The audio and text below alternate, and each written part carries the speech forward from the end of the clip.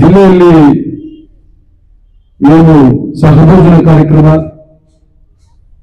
ಮತ್ತೆ ದೇವಸ್ಥಾನಗಳಲ್ಲಿ ಪ್ರವೇಶ ಮಾಡತಕ್ಕಂಥ ಕಾರ್ಯಕ್ರಮ ಮತ್ತು ನನಗೆ ಈಗ ಗೊತ್ತಾಯ್ತು ಏನು ಅವರ ಕಾರ್ಯಕ್ರಮಗಳ ಇನ್ನೊಂದು ಭಾಗ ಆಕಸ್ಮಿಕವಾಗಿ ಗಂಡನೋ ಹೆಂಡತಿನೋ ಗಂಡ ಕಳ್ಕೊಂಡಂತ ಹೆಂಡತಿ ಆಗ್ಬೋದು, ಹೆಂಡತಿ ಕಳ್ಕೊಂಡಂತ ಗಂಡ ಆಗ್ಬೋದು, ಜೀವನ ಪರ್ಯಂತ ನಮ್ಮ ಈ ದೊಡ್ಡ ಸಂಪ್ರದಾಯಕ್ಕೆ ಒಳಗಾಗಿ ಬದಲಾವಣೆ ಆಗಿದೆ. ಹಂಗೆ ಉಳಿದು ನಾವು ಸಮಾಜ ನೋಡ್ತಕ್ಕಂಥ ಅವರ ರೀತಿಯನ್ನ ಎಲ್ಲವನ್ನ ಕೂಡ ಹತ್ತಿರದಿಂದ ನೋಡಿ ನಾವು ಏನಾದ್ರೂ ಕೂಡ ಬದಲಾವಣೆ ಮಾಡ್ತಕ್ಕಂಥ ಪ್ರಯತ್ನವನ್ನ ಮಾಡಬಹುದು ಅಂತ ಒಂದು ಆಲೋಚನೆಯನ್ನು ಮಾಡಿ ಮತ್ತೆ ಅವರಿಗೆ ಮರುಮದುವೆ ಮಾಡ್ತಕ್ಕಂಥ ಕಾರ್ಯಕ್ರಮದಲ್ಲಿ ಕೂಡ ಅವರು ಯಶಸ್ವಿಯಾಗಿದ್ದಾರೆ ಅಂತ ಕೂಡ ನಾನು ಹೇಳಲಿಕ್ಕೆ ಇವತ್ತು ಬಯಸ್ತೇನೆ. ಯಾಕಂದ್ರೆ 25 ಮದುವೆಗಳನ್ನು ಮಾಡ್ತಕ್ಕಂಥದ್ದು ಕೂಡ ಅಷ್ಟು ಸುಲಭ ಅಲ್ಲ ಇವತ್ತಿನ ನಮ್ಮ ಸಂಪ್ರದಾಯದಲ್ಲಿ.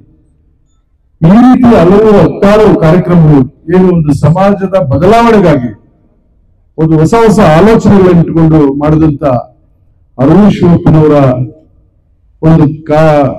ಒಂದು ಸಂಘಟನೆ ಏನಿದೆ ಅಥವಾ ಅವರ ಒಂದು ಯೋಚನೆ ಏನಿದೆ ಅದಕ್ಕೆ ಇನ್ನಷ್ಟು ಪುಷ್ಟಿ ಕೊಡಬೇಕು, ಇನ್ನಷ್ಟು ಶಕ್ತಿ ಕೊಡಬೇಕು ಅಂತೇಳಿ ನಮ್ಮ ಜಿಲ್ಲಾಧಿಕಾರಿಗಳನ್ನ ಒಂದು ಆಶಯ ಗೀತೆಯನ್ನ ನೀವು ಮಾಡ್ಕೊಡ್ಬೇಕು ಅರವಿಂದ್ ಭಾರತದ ಬಗ್ಗೆ ಅಂತ ಹೇಳಿದಾಗ ನಿಜವಾಗ್ಲೂ ಕೂಡ ನಮಗೆ ಒಂದು ರೀತಿಯ ಹೆಮ್ಮೆ ಆಗ್ತದೆ ನಮ್ಮ ಜಿಲ್ಲಾಧಿಕಾರಿಗಳನ್ನು ನೋಡಿದಾಗ. ನಾನು ಇತ್ತೀಚೆಗೆ ಹಲವಾರು ಕಾರ್ಯಕ್ರಮಗಳಲ್ಲಿ ಅದರಲ್ಲೂ ವಿಶೇಷವಾಗಿ ಮಹನೀಯರ ಜಯಂತಿಯ ಕಾರ್ಯಕ್ರಮಗಳಲ್ಲಿ ಭಾಗವಹಿಸಿದಂತ ಸಂದರ್ಭದಲ್ಲಿ ಅವರು ಮಾತನಾಡ್ತಕ್ಕಂಥದ್ದು, ಅವ್ರಿಗಿರ್ತಕ್ಕಂಥ ವಿಷಯದ ಆಳವಾದಂತ ಜ್ಞಾನ